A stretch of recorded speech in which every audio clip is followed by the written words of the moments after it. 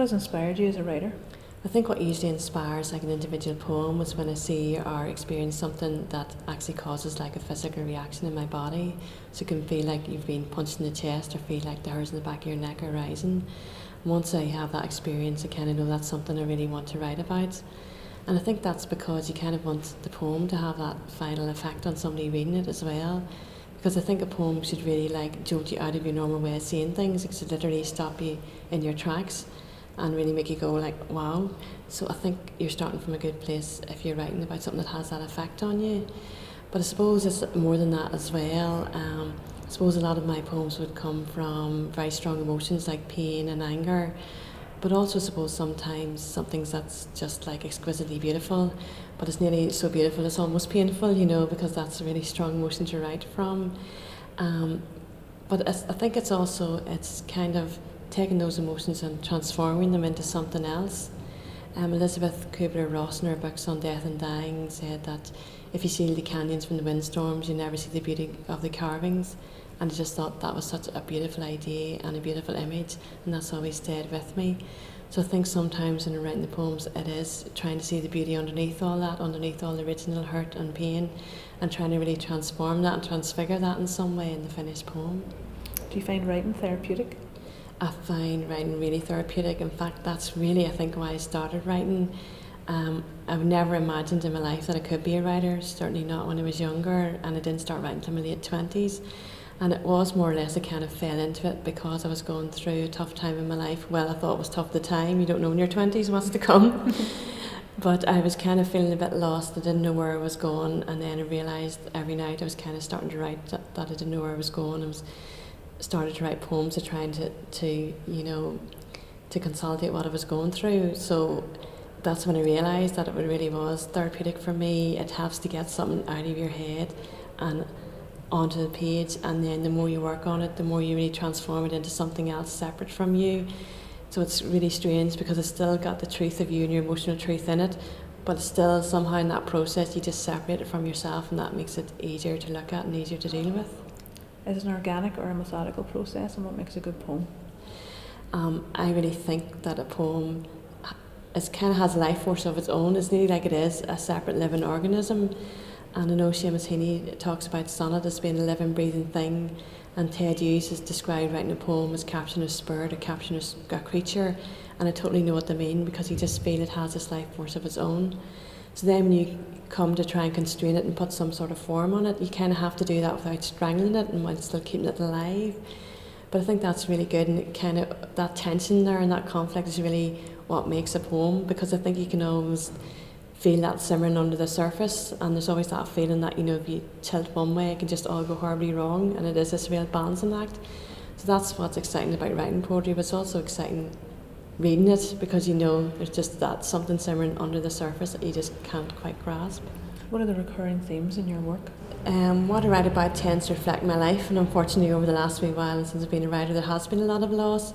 But I think family, loss, love would be constant themes, along with kind of looking for a sense of identity and a sense of place.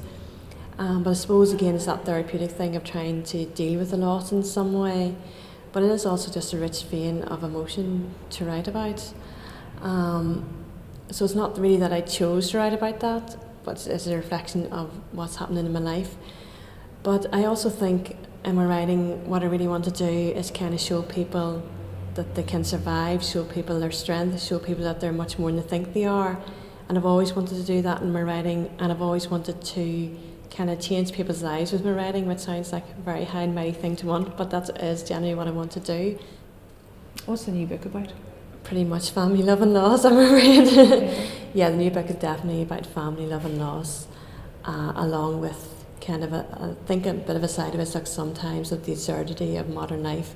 But I think what I really wanted the new book to have is that sense of hope and healing at the end of the day, so that while it looks at the pain and the sadness again, that there is that act of transformation or transfiguration by the end. And when I started writing the book, that wasn't a conscious thing at the start, but as the book was evolving, I stopped and kind of go, what am I trying to achieve this? What is it I want to do? And I realised I did want to have that sense of hope and that sense of possibility, and so that kind of coloured where I was going with my poems, you know, and it was a real turning point for me, and I hope that comes across, that sense of redemption as well. I think redemption's kind of a big theme. What is the title of the book? What does it mean? The title, The Return of the Buffalo, that comes from a poem that I wrote after visiting Alcatraz prison in San Francisco. And I didn't know until I visited that it was a site of a Native American occupation in the 1960s. And while I was reading and hearing the story of that occupation, it really resonated strongly with me. And I actually got really emotional, so emotional that I was sitting there crying in public, which is obviously something I don't like to do. But it was just really hearing the story about people trying to find a new sense of pride in themselves and a new identity and a new way of being in the world. And it just resonated really strongly with me because I felt it was like so similar to my story, being of the generation who was born into the Troubles and then coming out the other end into a time of peace and trying to find a new way of being and the same new sense of pride, new identity in the world, and trying to find your place in a world that's changed around you. So it just really resonated strongly with me, and I knew I'd really have to write about that. Then later on I heard the beautiful Native American myth that the birth of a white buffalo calf will herald in a new age of hope and healing, and that the first sign of that new age would be the return of the buffalo population. So once those two things gelled for me, I knew I was onto something good and it was going to be a powerful poem for me. I think I was also trying to capture in that poem the landscape of the island.